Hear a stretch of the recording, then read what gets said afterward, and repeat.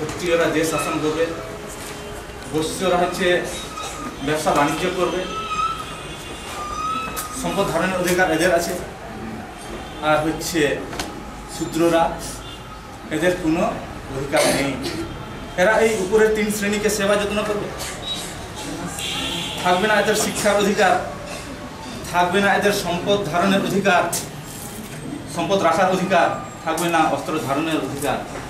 আর বলছে নারী মাত্রই শূদ্রাণী, অর্থাৎ এই শূদ্র থেকে যেহেতু শূদ্রাণী হচ্ছে, ব্যাপারটা কিরকম? কোনো নারীকে কিন্তু ব্রাহ্মণী বলা হলো না, শূদ্রাণী বলা হলো। কারণ কি? কারণ আর্যরা যখন আমাদের এই দেশে আসে তখন কোনো নারীকে নিয়ে আসেনি। এখানকার ভালো ভালো নারীগুলোকে তারা নিজের করে নিয়েছিল। তার জন্য ওরা বিধানই বলে দিয়েছে যে সমস্ত নারীরাই হচ্ছে শূদ্রাণী, শূদ্রদেরই এরা হচ্ছে নারী। তার জন্য শূদ্র মাত্রই শূদ্রাণী বলা হয়েছে, শূদ্রদের নারী মাত্রই শূদ্রাণী। তো এদের তাহলে শিক্ষার অধিকার নেই, এই বিধানটা তখনই প্রচলিত হয়ে আছে। মাত্র একটা বই ধুয়ে দেখছি, এখন একটাই বই, একটা বইয়ের মধ্যে সব বিষয়বস্তু ঢুকে দেওয়া হয়েছে। বাচ্চাগুলো স্কুলে যাবে, দিদিমণি কিংবা মাস্টারের কাছ থেকে বইগুলো নেবে, 10টা থেকে 4টা পর্যন্ত তাদের কাছে বইটা থাকবে। এই 10টা থেকে 4টার মধ্যেই তারা পড়াশোনা করবে। তার মধ্যে আবার মিড ডে মিলের ব্যবস্থাও আছে। স্কুল থেকে কিন্তু বই নিয়ে আসা যাবে না, এটা রুলস। প্রত্যেকটা শিক্ষককে সেটা মেনটেন করতে হবে, তাদের কাছ থেকে দায়িত্ব নিয়ে বইগুলো কেড়ে নিতে হবে। তার মানে কি দাঁড়াচ্ছে? তার মানে ছেলেটা বাড়ি থেকে কি করবে? ধুলোতে খেলবে, এটাই তো। অথচ যারা এই নীতিটাকে তৈরি করলো তাদেরও কি বাচ্চাগুলো এই ধরনের স্কুলগুলোতে পড়ে? নিশ্চয়ই না। তাদের বাচ্চাগুলো ভালো ভালো দামি দামি স্কুলে, বেসরকারি ইংলিশ মিডিয়ামে, এমনকি ফরেনেও পড়তে যায়। কম্পিউটার সামনে রেখে প্রাইমারি স্তর থেকে তাদেরকে শিক্ষা দেওয়া হয়। কি ধরনের চক্রান্ত আমরা বুঝতে পারছি। কারণ হচ্ছে শিক্ষাই হচ্ছে জাতির মেরুদণ্ড। শিক্ষা যদি কোনো একটা জাতি পেয়ে যায়, তারা যে কোনো মুহূর্তে তারা সভ্যতার উন্নত শিখরে পদার্পণ করবে। তো শিক্ষায় নেই অন্যায় বিচারবোধ জাগিয়ে তোলে, তো শিক্ষাটাকে তারা তার জন্য ভঙ্গ করে রেখেছে। তো আমাদের ছেলে মেয়েগুলো মাধ্যমিক যখন পাস করতে পারবে না, তখন অলরেডি তারা কি করবে? তারা ভিন রাজ্যে কাজ করতে যাচ্ছে এখনকার দিনে। আমাদের লোকগুলো তারাও তাদের সঙ্গে যোগদান করবে। তার মানে চিরস্থায়ী লেবারে পরিণত হওয়ার একটা শিক্ষা ব্যবস্থা চালু হয়েছে আমাদের। আমরা চিরদিন গোলামে থেকে যাব, আর আর্য বিদেশেরা চিরদিনের মতোই তারা শাসকেই থেকে যাবে। এই হচ্ছে চক্রান্ত। এগুলো আমাদের বুঝতে হবে, জানতে হবে। অনেক কিছু আলোচনার বিষয় ছিল। যাই হোক, এই সংক্ষিপ্ত সময়ে অনেক প্রোগ্রাম আছে, আমরা জানবো। তবে আমি একটা আশা করব যে আমরা আমাদের ইতিহাস জানা অবশ্যই জানার চেষ্টা করি। সেটা আমাদের বিভিন্ন পুস্তক এখন বেরোচ্ছে। আমাদেরই মহাপুরুষগুলো, আমাদেরই লোকগুলো, আমাদেরই ইতিহাসগুলো ইতিহাস লিখছে, তাদের ইতিহাসগুলো খুলে দেখবো। অরিজিনাল ইতিহাসটা কি ছিলাম, কি হলাম, কি হতে যাচ্ছি। তো এই সংক্ষিপ্ত বক্তব্য রেখেই আমার কথাগুলো এখানে শেষ করছি।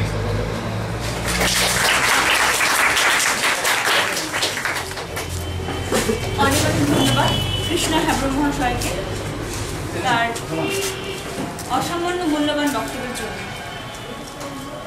এর পরের বক্তা গাজল মূল নিবাসের অন্যতম সদস্য এবং বিশিষ্ট সমাজ সংস্কারক ডেভিড দাস মহাশয়। ওনাকে সাবিত্রীবাই ফুলে সম্পর্কে সংক্ষিপ্ত বক্তব্য রাখার জন্য অনুরোধ করব।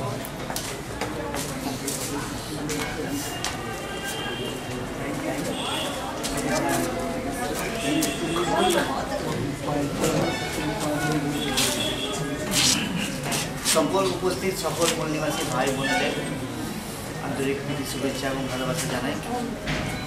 আজকে আরেকবার সুযোগ হয়েছে তোমাদের সামনে কিছু বলার। আমি ট্র্যাডিশনালি সবাই যেমন বলছে ওরকম একটু বলবো না, একটু অন্যভাবে বলবো, উল্টো পাল্টা করে বলবো। হ্যাঁ, যেহেতু বুঝতে হবে জিনিসটা, আমরা এখানে এসেছি শুধু বক্তব্য কেউ মেরে চলে যাচ্ছি, তোমরা কান পেতে শুনে যাচ্ছি, ওরকম কোনো কিছু হয় না। কারণ কি আমরা যেটা বলবো আজকে বা যেটা শুনবো এটাতে একটু এক ধরনের ডিবেট হবে।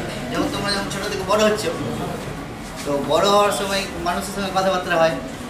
তো তোমরা এখানে এসেছো সাবিত্রীবাই ফুলে, দেখছো নতুন একটা মুখ, কে এটা, কোথায় তার বাড়ি, কি করেছিল।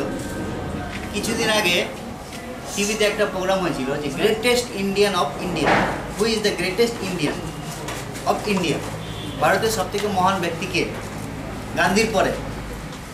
ওটা ওদের মানে ব্রাহ্মণ্যবাদীদের এটা একটা চক্রান্ত। তো ওখানে করেছিল আম্বেদকরকে, তখন অমিতাভ বচ্চন এসেছিল। তো অমিতাভ বচ্চনকে বলেছে যে আপনার কাকে মনে হয় সব থেকে গ্রেট। তোমাদেরকে কি জিজ্ঞাসা করি, যদি তোমরা সবাই বড় হচ্ছে, বাচ্চা থেকে সবাই, তোমার কাছে কে গ্রেট, উত্তরটা কী হবে? তখন অমিতাভ বচ্চন এইভাবে উত্তরটা দিচ্ছিল যে যার কথা ভাবলে মনের মধ্যে একটা শান্তি আসে, যার কথা ভাবলে আনন্দে একটা হাসি বেরোয়, যার কথা ভাবলে জীবনটা ঠিকভাবে আমি এগিয়ে নিয়ে যেতে পারবো, সেই আমার পথ চলার একটা রাস্তা তৈরি করে দেয়, সেই হচ্ছে আমার কাছে গ্রেট। এই ধরনের উদাহরণটা অমিতাভ বচ্চন দিয়েছিল। তো সেই রকমই একজন ব্যক্তি মহিলাদের মধ্যে সাবিত্রীবাই ফুলে, যে যার কথা যখন আমরা ভাববো, সব থেকে বড় কথা হচ্ছে সাবিত্রীবাই ফুলে তোমরা ছোটো থেকে বড় হয়েছো। আমি তো ইংরেজিতে পড়াচ্ছি, ইতিহাসের বইগুলো দেখলাম যে 9, 10, 11, 12 কোনো বইয়ে তার সম্বন্ধে একটা সেন্টেন্সও লেখা নেই, একটা বাক্য লেখা নেই। কেন নেই? ঈশ্বরচন্দ্র বিদ্যাসাগরের কথা লেখা আছে। আমি যে 4টা নাম বলবো পরে মনে করে দিই, ওদের সম্বন্ধে আমি একটু ক্রিটিক্যালি অ্যানালাইজ করবো। ঈশ্বরচন্দ্র বিদ্যাসাগরের নাম লেখা আছে, সরোজিনী নাইডুর নাম লেখা আছে, মাদার টেরিজা লেখা আছে। এই 3জন পার্সোনালিটি খুব বড় বড় করে লেখা আছে, 2-3 পাতা করে লেখা আছে, কিন্তু এই মহিলাটার নাম কিন্তু লেখা নেই। এই মহিলাটা এই 3 জনের থেকে কোনো অংশে কোনো কাজ কম করেনি। ইভেন কি আম্বেদকর, হরিচাঁদ, গুরুচাঁদ এরা এর কাছ থেকে কী বলবো মানে অনুপ্রেরণা পেয়েছিল, ইন্সপিরেশন পেয়েছিল। তো এই সাবিত্রীবাই ফুলেকে ব্রাহ্মণ্যবাদীরা যারা ইতিহাস লেখে তারা ইচ্ছা করে টেক্সট বুকে আনেনি, কিন্তু আজকে তারা আনার চেষ্টা করছে। যখন সাবিত্রীবাই ফুলে মারা যায় 1897, তোমরা শুনলে 1897, আর 1998 সালে ওর নামে একটা স্ট্যাম্প, এখন তো আমরা চিঠি লিখি না, মেসেজ করে দিচ্ছি ফোনে, মোবাইলে, চিঠিতে কি স্ট্যাম্প, আম্বেদকরের স্ট্যাম্প হয়, গান্ধীজির স্ট্যাম্প হয়। তো 100 বছর পরে এর নামে একটা স্ট্যাম্প বের করা হয়। কেন হয়? 100 বছর পরে এই সাবিত্রীবাই ফুলের নামে অ্যাওয়ার্ড দেওয়া হচ্ছে, পুরস্কার ঘোষণা করেছে মানে সরকার, মহারাষ্ট্র সরকার। ইভেন কি এর নামে কোনো ধরনের ছুটি আমরা পাই না। আজকে এই যে সবাই এরা স্কুল করে, আমি স্কুল করে আজকে এখানটায় এসেছি, আমরা একত্রিত হয়েছি কারণ তাকে মনে করার জন্য। আমরা যদি যখন সবাই মিলে একে মনে করব, তখন কিন্তু হয়তো আমরা যদি চাপ দিতে, তখন আম্বেদকরের ছুটি ছিল না, এখন আমরা আম্বেদকরের একটা ছুটি পাচ্ছি, সেরকম আমরা এদের হয়তো ছুটি পাবো। ছুটি ঠিক না, একে যেন স্কুল কলেজে পড়ানো হয়, আলোচনা করা হয়, সেই ধরনের আমাদের একটা দাবি করতে হবে আস্তে আস্তে। কিন্তু কেন করব? এর সম্বন্ধে না জানলে তো বলা যায় না। আমরা বলবো যে না আমার সাবিত্রীবাই খুব ভালো মানুষ ছিল, এরকম তো না। কী করেছিল, এখন কি দরকার? সে 200 বছর আগে জন্মেছিল, এখন আর কি দরকার আছে? কোনো কি তার দরকার আছে? ওই জন্য কৃষ্ণ হয়তো অনেক কথা বললো। তখন যে সমাজটা ছিল, সমাজ ব্যবস্থাটা ছিল, তখন ইংরেজিতে বলা হচ্ছে ডার্ক এজ, অন্ধকার যুগ। অন্ধকার যুগে তখন আমরা দেখতাম ব্রাহ্মণরা অনেকগুলো করে বিয়ে করতো। সাবিত্রীবাই ফুলের বিয়ে হয়েছিল যখন তার 9 বছর বয়স। জ্যোতিরাও ফুলের, তার যে স্বামী, তার হচ্ছে 13 বছর বয়স। তখন সেই রকমই ছিল, ব্রাহ্মণরা একাধিক বিয়ে করতো, ছেড়ে দিত, মারা যেত। ছোট মেয়ে, স্বামী অনেক বড়। এখন শুনে মনে হচ্ছে কেমন কথা বলছে, এরকম ছিল নাকি? অনেকে তোমরা মনে করবে। কিন্তু এই আজকে যেমন ধরুন 18 বছর 19 বছর মেয়েদের বিয়ে না হয় না, কিন্তু এর জন্য লড়াই করেছে নিজেরাই। মেয়েদের কোনো শিক্ষার অধিকার ছিল না, কৃষ্ণ বলেছে। তো মেয়েদের জন্য প্রথম স্কুল তৈরি করে, প্রথম ব্যক্তি ভারতের মধ্যে স্কুল তৈরি করে হচ্ছে সাবিত্রীবাই ফুলে। আমরা জানি ভারতের প্রথম প্রাইম মিনিস্টার, প্রথম মহিলা প্রধানমন্ত্রীকে সবাই বলতে পারবে তোমরা। প্রথম হেডমিস্ট্রেস হচ্ছে সাবিত্রীবাই ফুলে। প্রথম 52টা হোস্টেল খুলেছিল ছেলেদের এবং মেয়েদেরকে রাখার জন্য। যারা খেতে পাচ্ছে, তখন ওই প্লেগের বাংলা শব্দটা কি? মহামারী, প্লেগ হয়েছিল যখন, এই যে জীবাণু ছড়িয়ে যায়, যে সেই প্লেগের সময় তারা 52টা হোস্টেল করেছিল তার স্বামী এবং এই সাবিত্রী ফুলে। তো আমরা এর জ্যোতিরাও ফুলের নাম পরবর্তীকালে আমরা পাই, যখন আম্বেদকর যখন সামনে আসে তখন জ্যোতিরাও ফুলের সম্বন্ধে অনেক কথা লিখেছে। তারপরে কিন্তু সাবিত্রীবাই ফুলের কথা সেইভাবে আমরা পাই না। কিন্তু আজকে জ্যোতিরাও ফুলেকে যদি আমরা দেখি যে জ্যোতিরাও ফুলে কেন হলো, তার স্বামী, তার পেছনে 100% অবদান হচ্ছে তার স্ত্রীর। কারণ সে ছোটোবেলায় যখন তার 9 বছর বয়স, তার বিয়ে হয়ে গেছে, কোনো পড়াশোনা শিখে আসেনি, তার স্বামী তাকে শেখালো, পড়াশোনা শেখালো। সে পড়াশোনা শিখলো তার স্বামীর কাছ থেকে। শেখার পরে সে কী করলো, যে সে যেহেতু পড়াশোনা শেখার সুযোগ পায়নি, বা তখন সেই সমাজ ব্যবস্থা থেকে মেয়েদেরকে পড়াশোনা দেওয়া হতো না, তখন সে কী করলো, পড়াশোনা দিতে শুরু করলো, স্কুল তৈরি করলো। স্কুলে যখন যাচ্ছে, একটা নতুন সিনেমা হয়েছে, তোমরা যদি ওটা ইংরেজি, ওটা হচ্ছে মালয়ালম তামিল ভাষায় করেছে জ্যোতিরাও ফুলের সিনেমাটা। তোমাদেরকে যদি কোনো সময় পাই তো দেখাবো। ওটা যতক্ষণ না পর্যন্ত ইংরেজি বা হিন্দিতে না হলে তো বুঝতে পারবে না, তামিল ভাষায় আছে। ওটা যদি ডাবিং করে যদি করে তো তোমরা দেখতে পাবে, তার ইতিহাসটা, পুরো ইতিহাসটা খুব সুন্দর করে তুলে ধরেছে। তো ওখানটাও যখন যাচ্ছে, পড়াতে যখন যাচ্ছে, নিজের মহিলারা, নিজেদের পাড়ার মেয়েরা তাকে গোবর ছুঁড়ে মারছে, মাটি ছুঁড়ে মারছে, আরও ইত্যাদি ইত্যাদি নোংরা জিনিস ছুঁড়ে মারছে। তারা জানতো না যে, ও ভাবছে যে এটা করা, মেয়েদের তো পড়াশোনা শেখার অধিকার নাই, পড়াশোনার শেখার অধিকার নাই। কে বলেছে? কোথায় আমরা পাচ্ছি জিনিসগুলো? মেয়েদের পড়াশোনার শেখার অধিকার নাই আমরা পাচ্ছি যে মনুসংগীতাতে পাচ্ছি। মেয়েদের পড়াশোনার শেখার অধিকার নাই কোথায় পাচ্ছি? যে বাল্মীকি, তুলসীদাস যে রামায়ণ লিখেছিল, রামায়ণ লেখার সময় কি বলছে? শূদ্র, পশু, ঢোলক আর নারী। নারী মানে কি? মেয়েরা তারণ কে অধিকারী বলছে। তারণ মানে কি? মারা, মারতে হবে। এদেরকে যদি না মারে তারা ঠিক থাকবে। ঢোলকে যদি না মারো, ঢোল ঠিক থাকবে কি? ঢোলকে বাজানোর জন্য কি করতে হবে? মারতে হবে, ঠিক আছে? গাধা, ওখানে গাধা বলছে, গাধাকে যদি না মারো, গাধা কি চলবে? চলবে না। শূদ্র, যারা সমাজের নিচে, তাদেরকে যদি না মারো, তারা কি কাজ করবে? ওপর তিন বর্ণের সেবা করবে? নারী, মেয়েদেরকে যদি না মারো, তারা স্বামী সেবা করবে না। ওই জন্য তুলসীদাসের মতো লেখক, যাকে আমরা মাথায় নিয়ে রাখি, সেই তুলসীদাস এই কথাটা বলি। সেই রকম সমাজ ব্যবস্থা থেকে এই সাবিত্রীবাই ফুলে তার ইচ্ছা শক্তি দিয়ে স্কুল প্রতিষ্ঠিত করলো এবং সাধারণত শিক্ষা দিতে শুরু করলো। এবং সেই সময় শুধুমাত্র যে আমাদের শূদ্র এবং যারা অতি শূদ্র যারা আছে, যারা মূল নিবাসী, শুধু তাদের জন্য যে করেছিল সেটা না, ব্রাহ্মণদের জন্যও করেছিল। ব্রাহ্মণের একজন ব্রাহ্মণ মারা গেছে, তার স্ত্রী মারা গেছে, এখন কী হবে? তখন হয় তাকে সতী হতে হবে, না তো বিধবা হয়ে থাকতে হবে। বিধবা হয়ে কেমন থাকতে হবে? তাকে চুল কাটতে হবে, নেড়া টাক মাথা করতে হবে, কারণ তার যেন সৌন্দর্য না থাকে, তার দিকে যেন কেউ না তাকায়। এখন তো বিধবা হয়ে যেদিন বিধবা হচ্ছে তারপর দিন আরেকটা বিয়ে করে নিল, সুবিধা হয়ে যায়। এরকম হচ্ছে তো নাকি? যাক, স্বামীটা মারা গেছে আর একটা বিয়ে করতে পারবো, সেরকম ব্যবস্থা ছিল না তখন। কারণ বিয়ে তো করা যাবেই না, বিয়ে তো দূরের কথা, সাদা শাড়ি পরতে হবে, মাথাটা টাক করতে হবে। তখন জ্যোতিরাও ফুলে আর সাবিত্রীবাই ফুলে যারা নাপিত ছিল তাদের বিরুদ্ধে স্ট্রাইক করেছিল, ধর্মঘট করেছিল। বলেছিল ওদেরকে সবার চুল কাটবি, কিন্তু স্বামী মরে গেলে কোনো মহিলার মাথা নাড়া করবি না, এবং তারা সাকসেস হয়েছিল। এই আন্দোলনটা তারা করেছিল। তো সেই রকম ব্রাহ্মণের ছেলে, সে মহিলাটা, তার ব্রাহ্মণ বর, স্বামী মারা গেছে, সে ব্রাহ্মণ স্বামীর মহিলাটার যে ছেলে, সেই মহিলাটার ছেলেকে সে নিয়ে এসেছে জ্যোতিরাও ফুলে, এবং তাকে রেখেছে। পরবর্তীকালে সে ডাক্তার হয়েছে বা ভালো পজিশনে গেছে। আরও অনেক ছেলে মেয়েদেরকে সেই সময় যারা স্বামী মরে যেত তাদের মহিলাদেরকে নিয়ে আসতো, তাদের ছেলে মেয়েদেরকে তারা দুজন মিলে মানুষকে হোস্টেল করেছিল। এভাবে তারা শিক্ষা দিত। তো আমরা দেখলাম শিক্ষার ক্ষেত্রে, শিক্ষা যদি মানুষের না থাকে কিছু থাকবে না। বাবা সাহেব আম্বেদকর বলেছে, হরিচাঁদ গুরুচাঁদ ঠাকুর বলে, এবং সবাই বলেছে। সাবিত্রীবাই ফুলেকে আমরা আবার দেখবো আর একটা নতুন রূপে, যেটা হয়তো আমরা জানি না। আমরা অনেক ধরনের কবিতা পড়ি, ভালোবাসার প্রেমের কবিতা তোমরা পড়ছো, দেশ ভক্তির কবিতা, স্বাধীনতার কবিতা ইত্যাদি, আরও অনেক ধরনের কবিতা, প্রকৃতিকে নিয়ে কবিতা লেখা হয়েছে। তো সাবিত্রীবাই ফুলে যে কবিতাটা লিখেছিল, সেই কবিতার হচ্ছে, যারা বাংলা নিয়ে পড়াশোনা করছে, সেটা বলছে এঙ্গেজড পোয়েট্রি। কথাটার নাম হচ্ছে এঙ্গেজড পোয়েট্রি। এই কথাটা হচ্ছে ফ্রান্স থেকে, ফরাসি শব্দ, ইংরেজির মধ্যে না, এটা ইংরেজি কবিরা এই ধরনের কবিতা লিখেনি এখন। হচ্ছে এঙ্গেজ পোয়েট্রি মানেটা হচ্ছে যে তুমি খুব সমস্যার মধ্যে আছো, সমস্যার তুমি সমাধান করতে পারছো না, তখন তোমার পেন দিয়ে সেই সমস্যার কথাটা খুব ভালো ভাষায়, কাব্যিক ভাষায় তুলে ধরাটাকে বলা হচ্ছে এঙ্গেজ পোয়েট্রি। সে এই ধরনের কবিতা লিখেছে। তো আমি একে তুলনা করছি তোমাদেরকে। যদি বলি ভারতের নাইটিঙ্গেল কাকে বলা হয়, কাকে বলা হয়? তোমরা বাচ্চারা জিকে টিকে তো পড়ছো, ভারতের নাইটিঙ্গেল কাকে বলা হয়?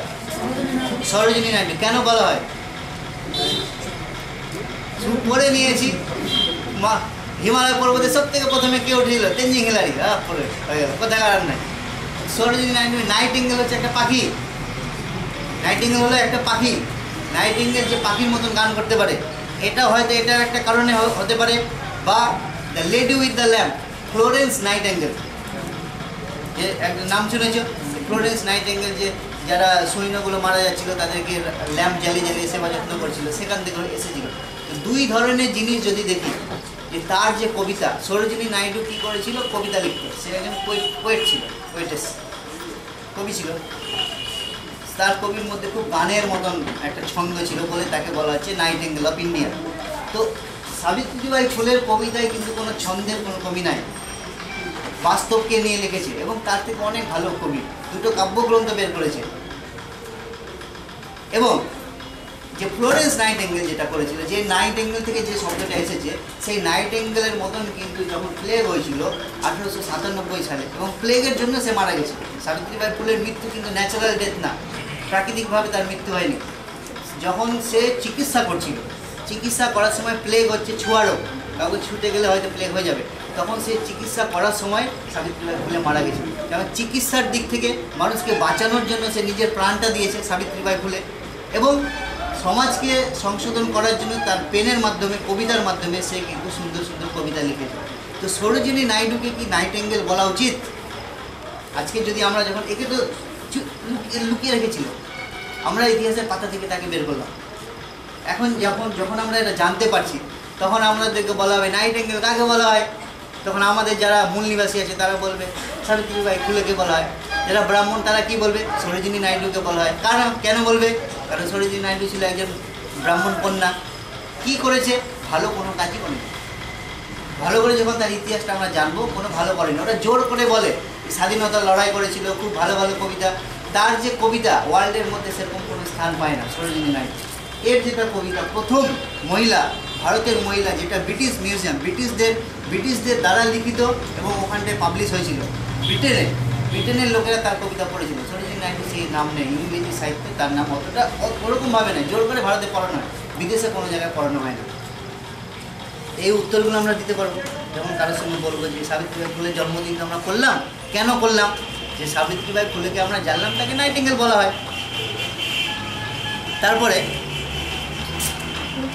5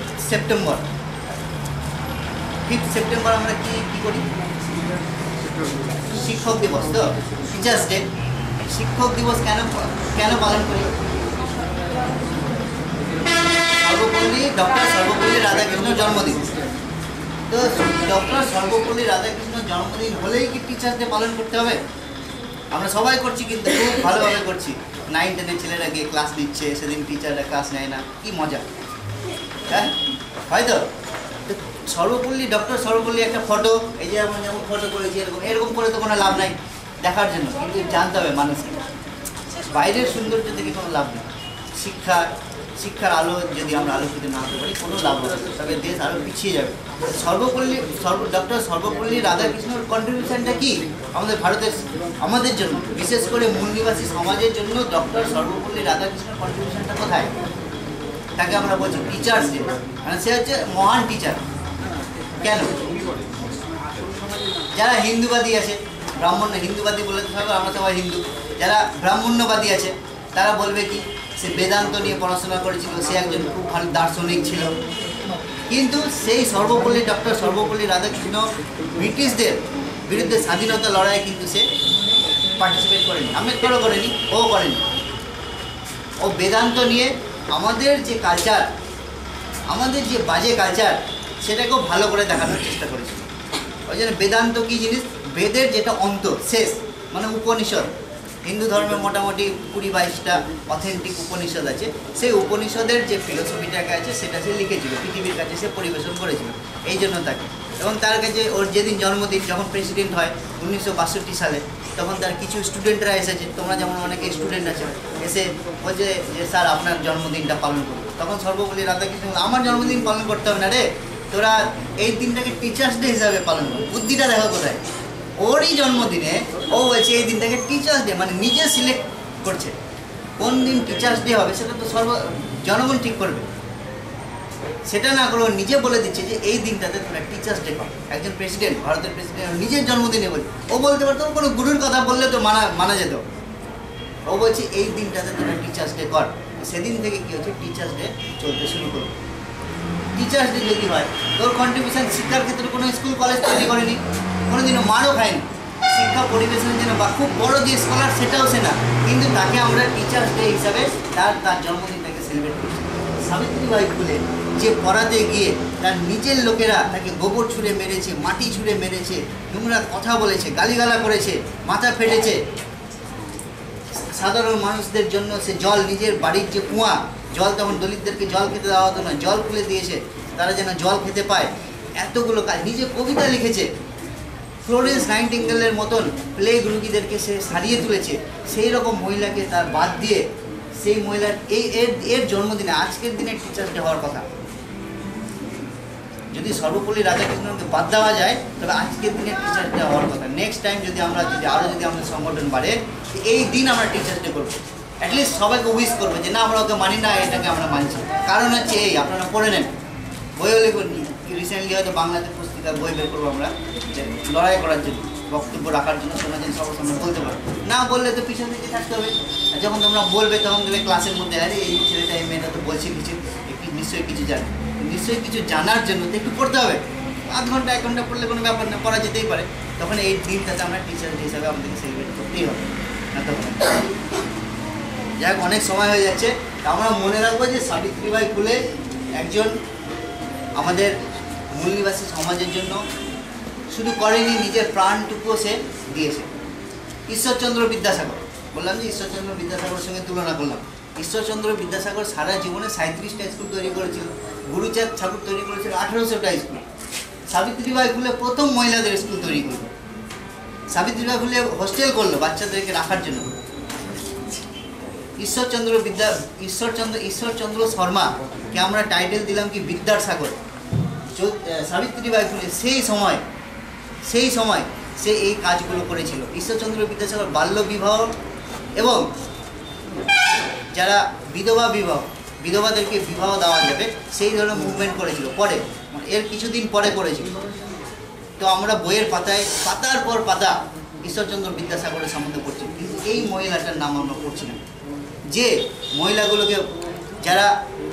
মহিলাগুলোকে ছেড়ে দিয়েছে, স্বামী মারা গেছে, হ্যাঁ, সেই মহিলাটা কোথায় যাবে, তার ছেলে মেয়েকে কে মানুষ করবে, গর্ভবতী মহিলাটাকে কে দেখবে, তারা এই সাবিত্রীবাই ফুলে এবং জ্যোতিরাও ফুলে তার নিজের বাড়িতে নিয়ে এসে ট্রিটমেন্ট করেছে। তো ঈশ্বরচন্দ্র বিদ্যাসাগর অনেক বেশি কাজ করেছে। আর সেই পরিবেশে ওবিসি সমাজের লোক হয়ে, শূদ্র হয়েও ওরা কিন্তু করেছে। আর একজন ব্রাহ্মণের পক্ষে করাটা খুবই সহজ, এটা যতটা একটা শূদ্রের পক্ষে করাটা কঠিন, সেই কাজটা কিন্তু করেছে। ইভেন কি শুধু জাত ধর্ম এগুলো ছাড়িয়ে ব্রাহ্মণের জন্যও করেছে এরা, তবুও এদের নাম আমরা দেখছি না। কেন দেখছি না? তবে এখানে চক্রান্তটা কোথায়? যখন আমরা দেখব যে ইতিহাসের পাতায় সাবিত্রীবাই ফুলে, জ্যোতিরাও ফুলে, এখানে যতগুলো নাম দেখছে, এখানে এই যে ছবিগুলো যে দেখতে পাচ্ছে, এতগুলো যদি লিখতে হয়, তো ব্রাহ্মণ যেগুলো আমরা বলছি খুব মহান, ওদের পাতা থেকেই উঠে যাবে, হাওয়া হয়ে যাবে। কারণ ওদের যে কন্ট্রিবিউশন, ওদের যে অবদান, সেই অবদানটা খুব কম এদের তুলনায়। এদেরকে লড়াই করতে হচ্ছে। যাই হোক, আর বেশি কিছু বলবো না। এরপর বিদুর বলবে, বিদুর অনেক তথ্য সমৃদ্ধ একটু আলোচনা করবে। তো আমি লাস্ট বুদ্ধর একটা কথা দিয়ে আমি তোমাদেরকে শেষ করতে চাই। ধরো বুদ্ধর একটা কথা, একটা উদাহরণ দিয়ে বলছি। ধরো আমি এই ছেলেটাকে একটা মোমবাতি দিলাম, ঠিক আছে? এই ছেলেটাকে একটা মোমবাতি দিলাম, আর এখানে 5 জনকে 5 জনের কাছে 5টা মোমবাতি আছে, ওটা কিন্তু জ্বালানো নেই, এর কাছে জ্বলছে মোমবাতিটা। এই কি 5টা মোমবাতিকে জ্বালাতে পারবে? পারবে? এবার এই 5টা মোমবাতি তোমাদের পরে সবার কাছে যদি একটা করে মোমবাতি থাকে তো ওটা জ্বালাতে পারবে? লজিকটা বোঝার চেষ্টা করো, পারবে না? পারবে না? তোমরা 5 জন, হাজার হাজার লোক আছে, সবার কাছে একটা করে মোমবাতি, জ্বালাতে পারবে না? পারবে না? পারবে। তার মানে একটা মোমবাতি থেকে সব মোমবাতি জ্বলতে পারে, পারে তো? তো আমরা কি বলতে পারি যে এই মোমবাতির আয়ুটা কি কমলো না বেড়ে গেল? এই মোমবাতির আয়ুটা বেড়ে গেছে। সেই রকম জ্ঞানের আলো, শিক্ষার আলো এই জ্যোতিরাও সাবিত্রীবাই ফুলে যেটা দিয়েছিল, সে মহারাষ্ট্র, সেই পুনা শহর থেকে শুরু হয়েছিল, সেই জ্ঞানের আলো কিন্তু আমাদের এখানেও পৌঁছেছে। আজকে দলিত মহিলারা কাপড় পরে থাকে, এককালে কাপড় পরতে পারতো না, তারা লড়াই করেছিল। কিছুদিন আগে 1915 সালে মহিলারা সোনা গয়না কিছু পরতে পারতো না, দলিতরা, তারা লড়াই করেছিল। তার আগে কোনো কাপড় পরতে পারতো না, তারা লড়াই করেছিল। আজকে যদি আমরা লড়াই না করি হবে না। লড়াই করবো কি দিয়ে? জ্ঞানের আলো দিয়ে। জ্ঞানের আলো কী করে হবে? আজকে আমি জানতে পেরেছি, আজকে যে যারা যারা বলছে তারা জানতে পেরেছে, তোমরাও অনেক কিছু জানো। এটা কি একটা মোমবাতি থেকে আরেকটা মোমবাতি করতে করতে হাজার হাজার দিকে যখন আমরা ছড়িয়ে দেবো, তখনই কিন্তু একটা সমাজ ব্যবস্থা পরিবর্তন হবে। তো বুদ্ধর যে জ্ঞান, সে বুদ্ধ যে জ্ঞানের কথা বলেছে, শিক্ষার কথা বলেছে, সেই কথা কিন্তু সাবিত্রীবাই ফুলে বলেছে। পরবর্তীকালে সাবিত্রীবাই ফুলে কবিতা লিখছে। কি কবিতা লিখছে? বলছে গো গেট এডুকেশন, যাও তোমরা শিক্ষা অর্জন করো। লিখছে একদম শক্ত কবিতা। চুপচাপ বসে থেকো না,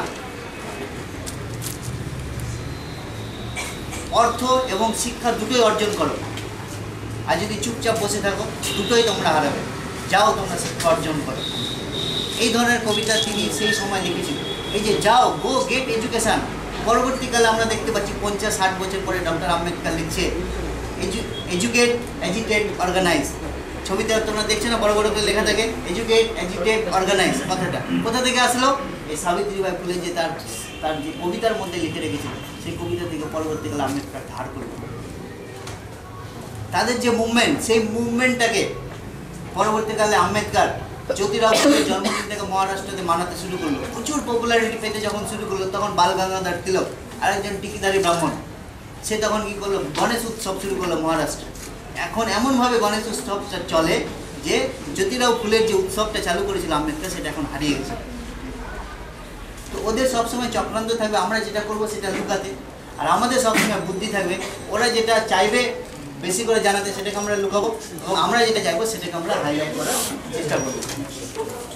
যাই হোক, কারেন্ট চলে গেছে। মোটা মোমবাতিতে দেখা যায়। ফলে কোনো মাই চায় না কখনো তার সন্তান প্রসব হওয়ার পরেই মরে যায়। তবুও কিছু কিছু মা সেই ডাকে সাড়া দিয়ে সেই অনাথ আশ্রমের সামনে সেই বাচ্চাদেরকে রেখে আসতো, আর সেই জ্যোতিরাও ফুলে আর সাবিত্রীবাই ফুলে সেই বাচ্চাদেরকে বড় করে সেই অনাথ আশ্রমে। তো যখন এই ব্রাহ্মণবাদী সমাজ জানতে পারলো যে এই অনাথ আশ্রম থেকে বড় বড় সৈনিক তৈরি হচ্ছে, তো তাদেরকে দমানোর জন্য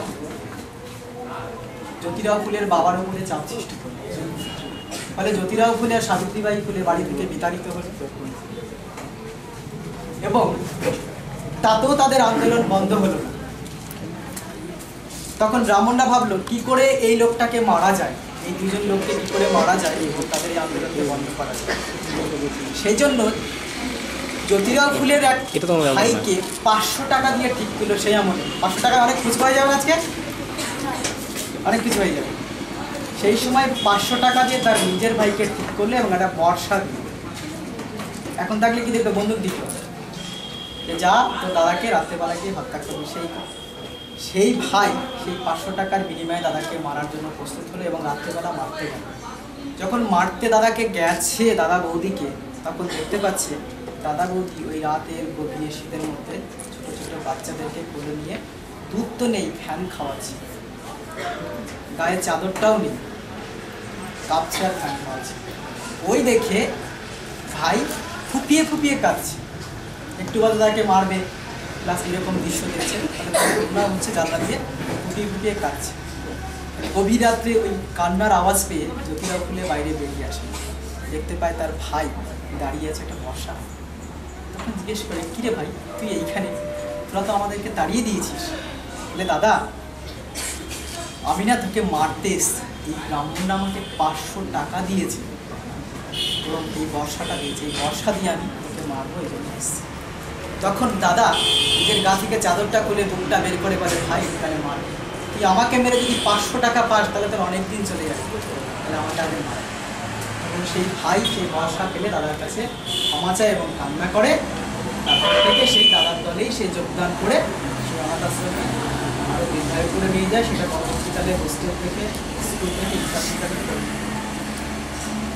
যাই হোক, সবাই যেহেতু কম, অনেক কি বলার ছিল, আমি আর কিছু বলছি না। সবাইকে ধন্যবাদ আর ভালোবাসা জানিয়ে, এবং সাবিত্রীবাই ফুলে যে শিক্ষার কথা আমাদের বলে গেছে সেই শিক্ষায় অনুপ্রাণিত হয়ে আমরা যেন আমাদের ভবিষ্যৎকে এগিয়ে যেতে পারি।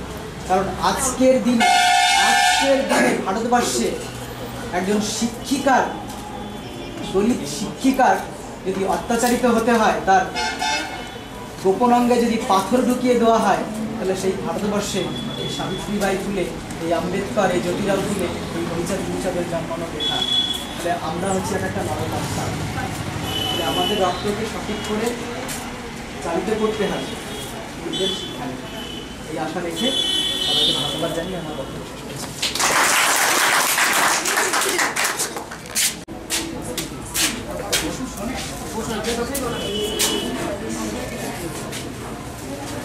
আজকের যে ব্যক্তির জন্মদিন অর্থাৎ বার্থডে, তিনি আজ থেকে প্রায় 183 বছর আগে আজকের দিনে 1831 সালে জন্মেছিলেন। তবে আগে যারা বক্তা ছিলেন অনেকে খুব সুন্দর সুন্দর ভাষণ দিয়েছেন, তো আমি চেষ্টা করবো কিছু না বলার, যেগুলো বলেন সেগুলো বলার জন্য। তো যে নামটা পাচ্ছি সাবিত্রীবাই ফুলে, যিনি জন্মেছিলেন মহারাষ্ট্রের সাতারা ডিস্ট্রিক্টে।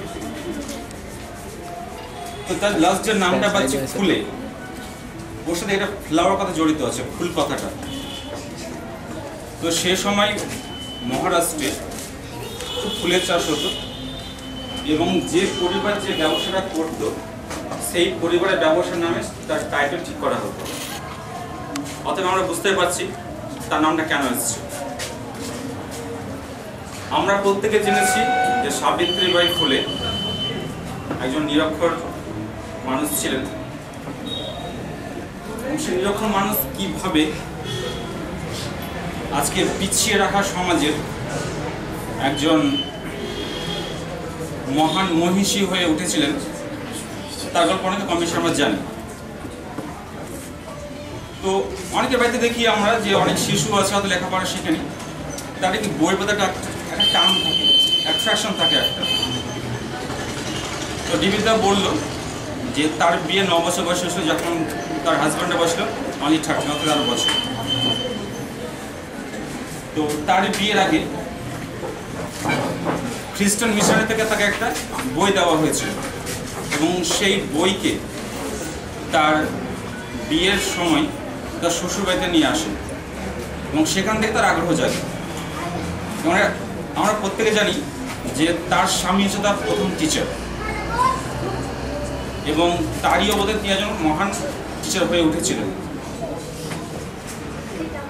তিনি প্রায় 1847 সালে, অর্থাৎ দেশ স্বাধীনের প্রায় 100 বছর আগে 1 মে পুনেতে প্রথম ওবিসি সমাজের মেয়েদের নিয়ে প্রথম গার্লস স্কুল স্থাপিত করেন।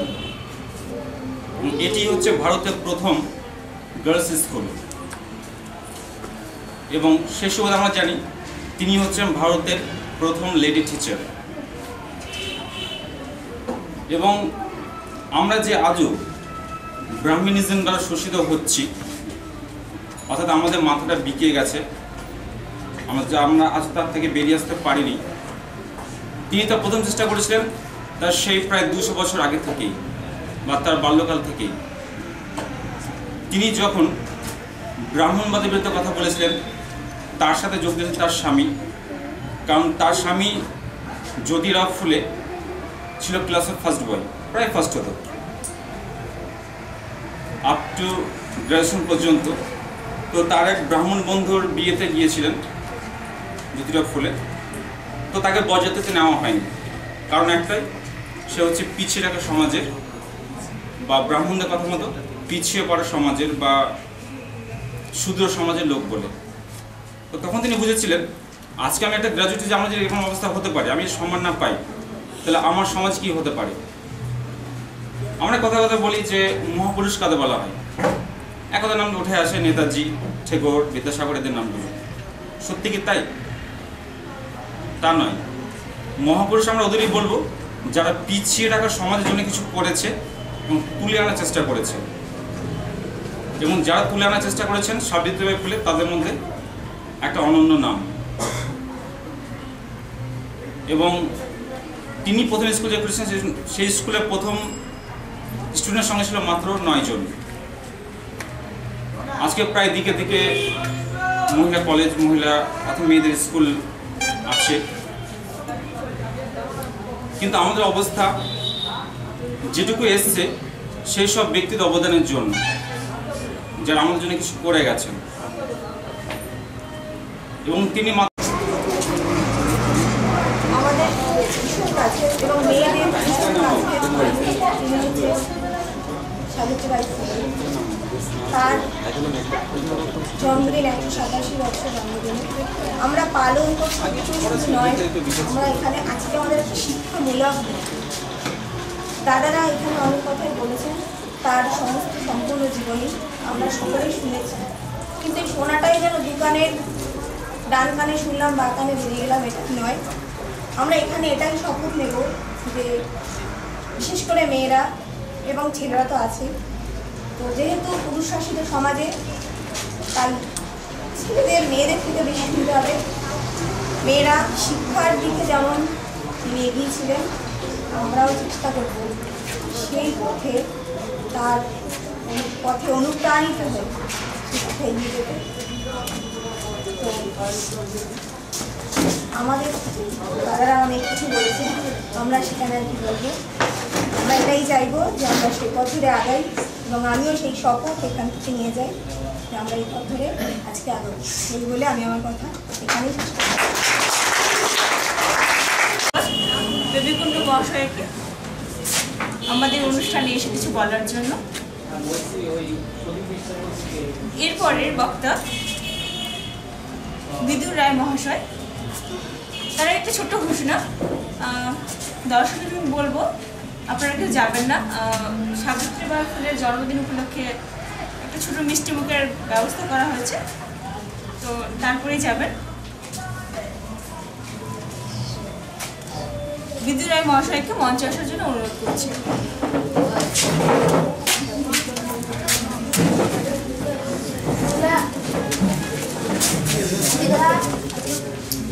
সকলকে অশেষ ধন্যবাদ যে এই বিশেষ দিনটিতে আমরা সকলে হাজির হয়েছি।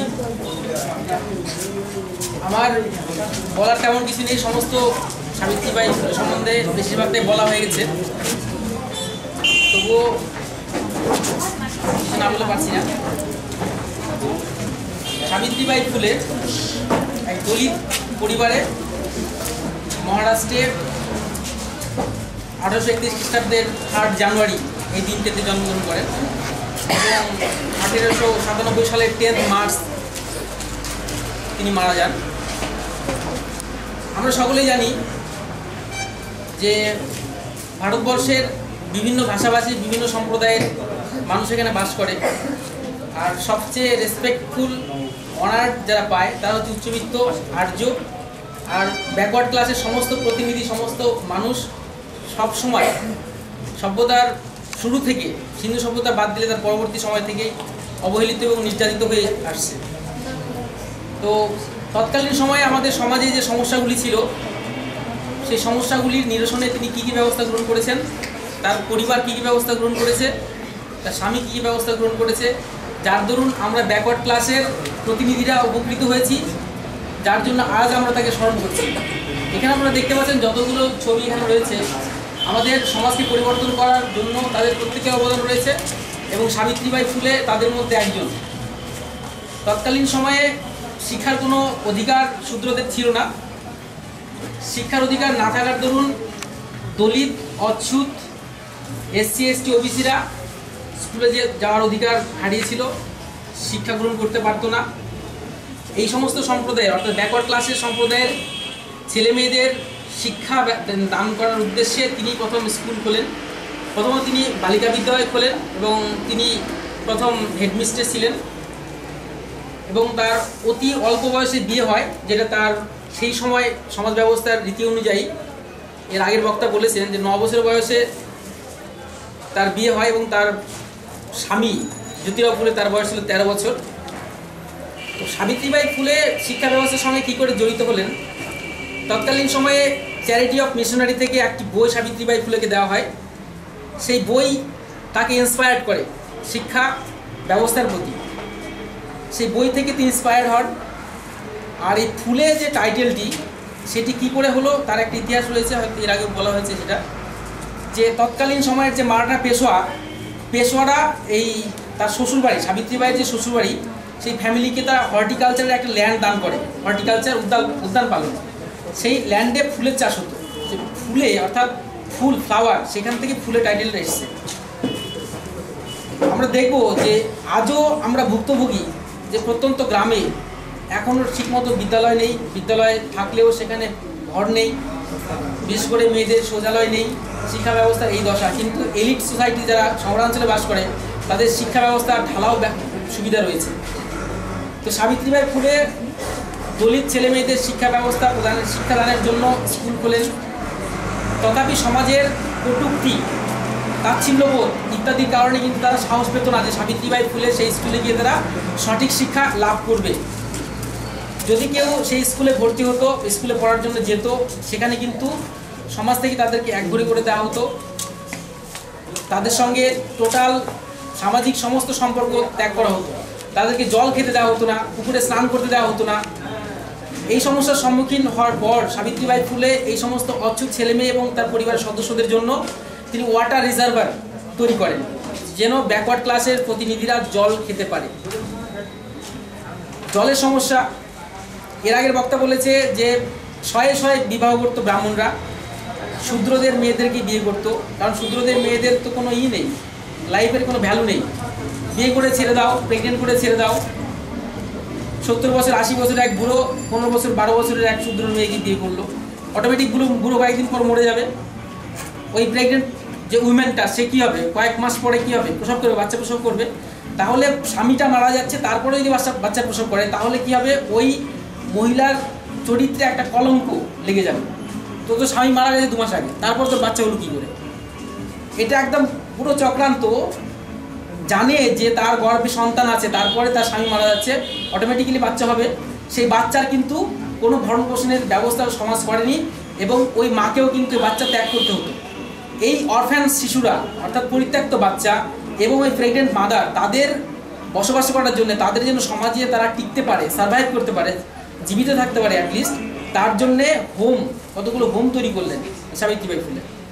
সেই হোমে প্রেগনেন্ট মাদার, উইডো মাদার এবং যে আনটাচেবল যে ফিমেলগুলো রয়েছে এবং পরিত্যক্ত যে বাচ্চা, সেগুলোকে কিন্তু নিয়ে এসে সেখানে প্রতিপালন করতে শুরু করলেন। আমরা জানি তারপর কি হলো, এই সমস্ত সমাজের চিরাচরিত প্রথার বিরুদ্ধে তিনি কাজ করতে শুরু করলেন, যেগুলো ব্রাহ্মণরা একদমই চাইতো না। সে ব্রাহ্মণরা চাইতো না বলে কি হলো, ব্রাহ্মণদের এগেনস্টে যে কাজগুলো করছেন, তার ফলে পুরো ফ্যামিলি এবং পুরো সমাজ, অর্থাৎ দলিত সমাজকে ব্রাহ্মণরা এবং উচ্চ বর্ণের মানুষরা পুরোপুরি ছেটে ফেলল। তাদের সামাজিক কোনো সুযোগ সুবিধা দেওয়া হবে না, কোনো রকমের শিক্ষার ব্যবস্থা করা হবে না। এবং এই ভয়ে এক সময় এমন দশা হলো যে ফার্স্ট যে স্কুল মেয়েদের জন্য প্রতিষ্ঠা করেছিল সাবিত্রীবাই ফুলে, সেই স্কুলটা বন্ধ করে দিতে বাধ্য হলেন তিনি। কেন হলেন? স্টুডেন্ট নেই। কেন? সমাজে তো দলিত ছেলেমেয়েরাও নেই, কিন্তু স্টুডেন্ট পাচ্ছেন না, ভয়ে তারা যাচ্ছে না পড়তে। Lack of encouragement of get education. তারা সমাজে শিক্ষিত হতে চায়, কিন্তু সমাজের ভয়ে তারা যেতে পারছে না। সাডেনলি স্কুলটা বন্ধ করে দিতে বাধ্য হলেন। মহামারীর সময় তিনি কী করলেন, যে এফেক্টেড এরিয়ার বাইরে তিনি ক্লিনিক খুললেন। সেই ক্লিনিকে হাজার হাজার ছেলে মেয়ে, হাজার হাজার এফেক্টেড মানুষকে প্লেগ রোগ থেকে মুক্ত করার জন্য ট্রিটমেন্ট করা হলো। এমন হয়েছে প্রতিদিন 2000 শিশুকে খাদ্য ঔষধ, বস্ত্র ইত্যাদি দান করতেন। অর্থাৎ প্রচলিত যে সমাজ ব্যবস্থা, অর্থাৎ দলিতরা যেন পশুর মতো জীবনযাপন করে, সেই ব্যবস্থা থেকে বেরিয়ে আসার জন্য আপ্রাণ চেষ্টা করেছিলেন আমাদের সাবিত্রীবাই ফুলে। আর এর জন্য তাকে প্রচুর অত্যাচার সহ্য করতে হয়েছে। তার উপরে গোবর ছুঁড়ে মারা হয়েছে, পাথর ছুঁড়ে মারা হয়েছে, মোরালি তাকে অ্যাবিউজ করা হয়েছে, মানসিকভাবে নির্যাতন করা হয়েছে। তবুও কিন্তু তিনি তার লক্ষ্যে অবিচল ছিলেন। একটি মাত্র কারণ, তিনি তার হাজবেন্ড অর্থাৎ তার স্বামী কিন্তু পুরো সাহায্য পেয়েছেন। মহাত্মা জ্যোতিরাও ফুলে তার ওয়াইফ সাবিত্রীবাই ফুলেকে মেন্টালি, ফিজিক্যালি পুরো সাপোর্ট দিয়েছেন। তুমি কাজ চালিয়ে যাও, আমি তোমার সঙ্গে আছি। এবং একটি বউ, এর আগে বললাম যে একটি বউ হচ্ছে প্রেগনেন্ট অবস্থায়, স্বামী মারা গেছে, প্রেগনেন্ট অবস্থায় সে আত্মহত্যা করতে যাচ্ছিল। সে আত্মহত্যা করার হাত থেকে তার হাজব্যান্ড জ্যোতিরাও ফুলে বাঁচিয়েছিলেন। ওই প্রেগনেন্ট মহিলা জ্যোতিরাও ফুলেকে প্রশ্ন করেছিলেন যে আমার গর্ভে যে সন্তানটি রয়েছে তার বাবা কে হবে, সে কি পরিচয় বাঁচবে, তাহলে তোমার নামে আমি তার ছেলের নামটা রাখবো। কিন্তু তিনি রাজি হয়েছিলেন, জ্যোতিরাও ফুলে রাজি হয়েছিলেন, ঠিক আছে আমি তোমার গর্বের মানে পিতা হিসেবেই তার পরিচয়টা হবে। এবং তার ওয়াইফ সাবিত্রীবাই ফুলে কিন্তু সেটা মেনেও নিয়েছিলেন। এবং পরবর্তীকালে সেই শিশুটি ডাক্তার হয় এবং ডাক্তার হয়ে এই প্লেগ রোগ নির্মূল করার ক্ষেত্রে তার বড় একটা ভূমিকা ছিল। আজকে কি হয়, আমরা দলিতরা এই সমস্ত মহাপুরুষদের সম্বন্ধে জানি না। কেন জানি না? আমাদেরকে জানানো হয় না। পাঠ্যসূচিতে এদের কোনো নাম নেই, ইতিহাস বইয়ে তাদের কোনো নাম নেই। কাদের নাম আছে? ভারতবর্ষের সবচেয়ে মহান ব্যক্তিকে, সবচেয়ে বেশি ভারতকে কে ভালোবাসে? শচীন তেন্ডুলকার, যার জন্য তাকে ভারতরত্ন দেওয়া হলো। পশ্চিমবঙ্গে কে সবচেয়ে নায়ক? সৌরভ গাঙ্গুলি, বাংলার বাঘ আছে না, ভাষ্যকারতে বলে বাংলার বাঘ, বাঘাযতীন বাঘ, এখন সৌরভ। আর সবচেয়ে ভারতবাসী, ভারত সেবা করা হচ্ছে শচীন তেন্ডুলকার। এদেরকে ভারতরত্ন দেবে না, এরা দলিত সম্প্রদায়ের প্রতিনিধি, এরা ভারতরত্ন পাবে না। আর ভারতরত্ন সিলেক্ট কারা করে? আমাদের ভারতে একটা ডিবেট হয়েছিল যে ইন্ডিয়া আর ভারতীয়, ইন্ডিয়ান্স আর ভারতবাসী। ইন্ডিয়ান্স কারা, ভারতবাসী কারা? দেখবে লক্ষ্য করে, আজ অব্দি যে 43 জন ভারতরত্ন পেয়েছে, সব ভারতরত্ন পেয়েছে ইন্ডিয়ান্সরা। ইন্ডিয়ান্সরা ভারতরত্ন পেয়েছে, ভারতীয়রা ভারতরত্ন পায়নি। ইন্ডিয়ান্স কারা? ইন্ডিয়ান্স হচ্ছে এলিট ক্লাস। এলিট ক্লাস বংশমর্যাদার দিক থেকে, টাকা পয়সার দিক থেকে, সুযোগ সুবিধার দিক থেকে যারা উচ্চবর্ণের লোক, তারা ভারতরত্ন পেয়েছে। রাজনীতি করছে, বদমাশি করছে, তারা ভারতরত্ন পেয়েছে। জওহরলাল নেহরু, ইন্দিরা গান্ধী, রাজীব গান্ধী কোনো অবদান নেই। বিরোধী দলকে গালি দাও, ওকে মারো, যারা ভোটার তাদেরকে বঞ্চিত করো, নিজেদেরকে। আজকে জওহরলাল নেহরু ফ্রান্স থেকে তার জামা ইস্ত্রি করে আসতো, আমি যে শার্টটা পরবো ফ্রান্স থেকে ইস্ত্রি করে হয়ে আসবে, ওখানকার দর্জি বানিয়ে পাঠাবি, এমন একটা লোককে ভারতরত্ন দিচ্ছে। ইন্দিরা গান্ধী তার এক হুকুমে কত শিখকে মেরে ফেললো, তাকে ভারতরত্ন দিচ্ছে। অথচ যারা শিক্ষা ব্যবস্থার আমূল পরিবর্তন করেছে, সমস্ত দেশবাসীকে শিক্ষা দেওয়ার জন্য জীবনটাই দেশ উৎসর্গ করেছে, অথচ তারা ভারতরত্ন পায়নি।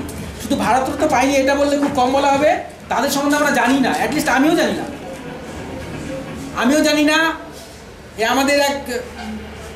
আমাদের মূলনিবাসী কালকে আমাকে বলেছে ওভার টেলিফোন যে দাদা তোমাকে কিছু বলতে হবে। আমি স্বীকার করছি, আমিও সাবিত্রীবাই ফুলে সম্বন্ধে কিছুই জানতাম না, চাপে পড়ে জেনেছি 2-4 লাইন। কেন জেনেছি চাপে পড়ে? কেন জানতাম না? কারণ একটাই, স্কোপ নেই জানার। আজকে শচীন সম্বন্ধে কোন মাঠে কত টেস্টে কোন রান করেছে, কতগুলো সেঞ্চুরি, কতগুলো হাফ সেঞ্চুরি, সব জানি। এটা আমাদের কানে হাজারবার লাখবার ঢুকিয়ে দেওয়া হয়েছে। অথচ সাবিত্রীবাই ফুলের সম্বন্ধে বা আদার্স যারা মহাপুরুষ রয়েছে এদের সম্বন্ধে আমাদের ঢুকিয়ে দেওয়া হয়নি। আর আমরা এত ব্যস্ত, এদের সম্বন্ধে জানার আমাদের কোনো ফুসরত নেই, কোনো অবকাশ নেই। ফলে বাধ্য না হলে আমরা জানতে চেষ্টা করি না। আর আমরা যত জানতে চেষ্টা না করব তত আমরা বেশি করে পিছিয়ে পড়ব। এই কারণে এদের যে আদর্শ, এদের যে লাইফস্টাইল,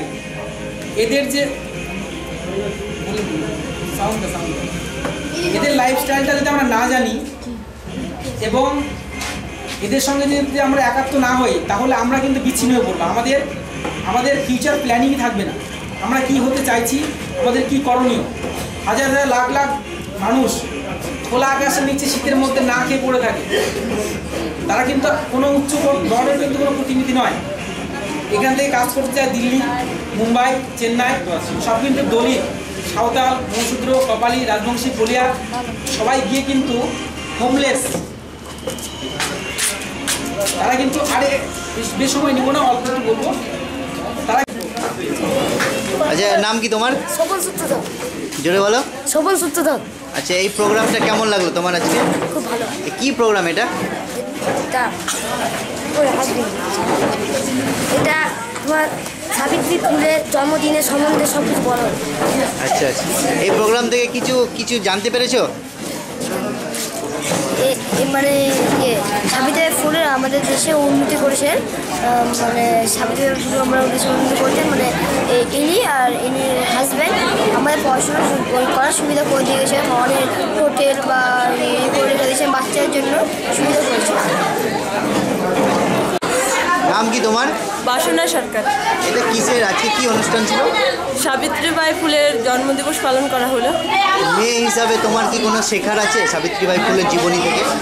হ্যাঁ, আমাদের যেরকম আগে কোনোদের মেয়েদের শিক্ষার ব্যবস্থা ছিল না, এখন মেয়েদের শিক্ষার ব্যবস্থা হয়েছে, যথেষ্ট আমাকে ভালো লেগেছে। আমি বলবো সাবিত্রীবাই ফুলে যেভাবে অত্যাচারিত ব্রাহ্মণদের অত্যাচারিত মধ্য থেকে পড়াশোনা শিখেছে, তারপরে পড়াশোনার জন্য স্কুল খুলেছে, এর জন্য যথেষ্ট ভালো লেগেছে। এর জন্য আমি সকলকে বলবো সবাই যেন পড়াশোনার প্রতি আগ্রহ দেয় এবং সবাইকে ভালোভাবে সামনের দিকে।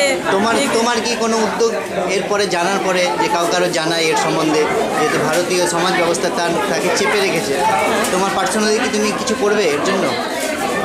হ্যাঁ, এর জন্য ছোট ছোট ভাই বোনদের বলা যেতে পারে শিক্ষার জন্য, যেরকম স্কুলে কলেজে রবীন্দ্রনাথ ঠাকুরের, শরৎচন্দ্র বিদ্যাসাগরের মানে ওদের যেরকম জন্মদিবস পালন করা হয়, প্রত্যেকটা স্কুল কলেজে ক্লাবে যেন জন্মদিবসটা পালন করা হয়, ছোট ছোট ভাই বোনদের জানানো যেন যায়।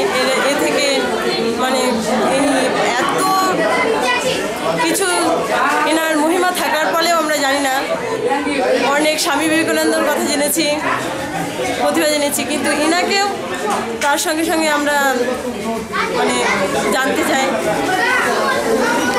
তার আগে আমি বলি যে আজকে সাবিত্রীবাই ফুলে তার আজকে জন্মদিন। আমি কোনোদিনও এরকম অনুষ্ঠানে আজ পর্যন্ত আসিনি। এই অনুষ্ঠানটা এসে আমার ভীষণ আনন্দ লাগছে। সর্বপ্রথম রাধাকৃষ্ণ যেটা বলেছে যে তার জন্মদিনে আমরা শিক্ষক দিবস পালন করি, সেটা আমি আজকে প্রথম জানলাম যে সেটা ভুল ধারণা। এটা আমাদের করা উচিত যে সাবিত্রীবাই ফুলে জন্মদিনটা আমাদের শিক্ষক দিবস হিসেবে পালন করা উচিত, যেটা আমি আজ প্রথম জানলাম। আর আমার মেন কথা হচ্ছে যে এরকম মানুষদের আমার আগে জানা ছিল না, আজকে প্রথম জানলাম, এই জন্য খুবই আমার আনন্দিত লাগছে আজকে। তো এই বলে আমি আর কিছু বলতে চাচ্ছি। আমার নাম সবিতা বিশ্বাস, আমি এখানকার সদস্য।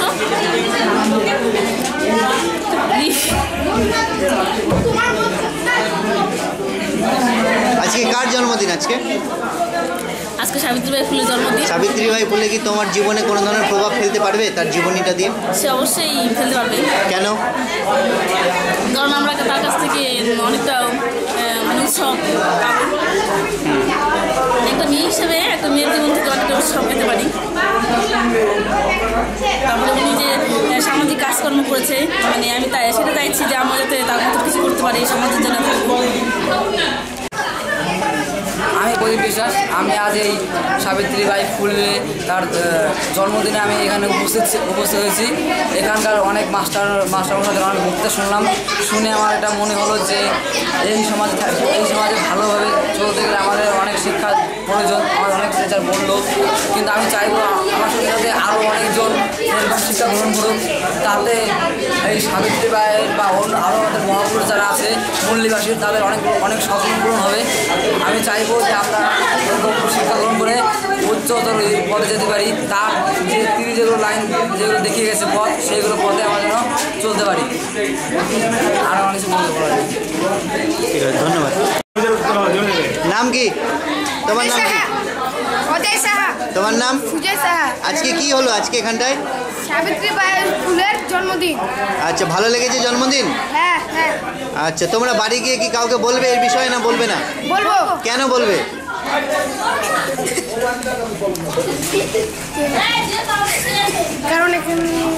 কারণ সাবিত্রীবাই ফুলে কারণ সে খুবই ভালো কাজ করেছে, এটা সবাইকে জানাবো। যেমন আমরা পাস করলে সবাইকে জানাই, তেমনি এটাও সবাইকে হয়। আমার নাম ভারতী মুর্মু। আজকে সাবিত্রীবাই ফুলের জন্মদিন। তার জন্মদিনে আমরা অনেক কিছু জানতে পারলাম যে তিনি অনেক কিছু করেছেন আমাদের জন্য। এই জন্মদিন উনি যেমন করেছেন আমাদের সেরকম কাজ করতে হবে।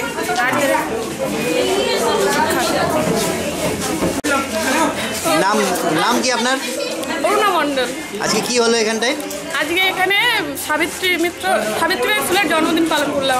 আচ্ছা, আপনারাই করেছেন? হ্যাঁ, আমরাই করেছি। কেমন হয়েছে অনুষ্ঠান? অনুষ্ঠানটা ভীষণই ভালো হয়েছে, আর আগামী দিনে এটা আরো বড় করে আরো ভালো করে আমরা করতে চাইছি। আচ্ছা, আপনি কি করেন? আমি গাজল শামসুদ্দিন স্কুলে সহশিক্ষিকা, এই বছর জয়েন করলাম। বাংলা বিষয়ের আমি বাংলা অনার্সের শিক্ষিকা।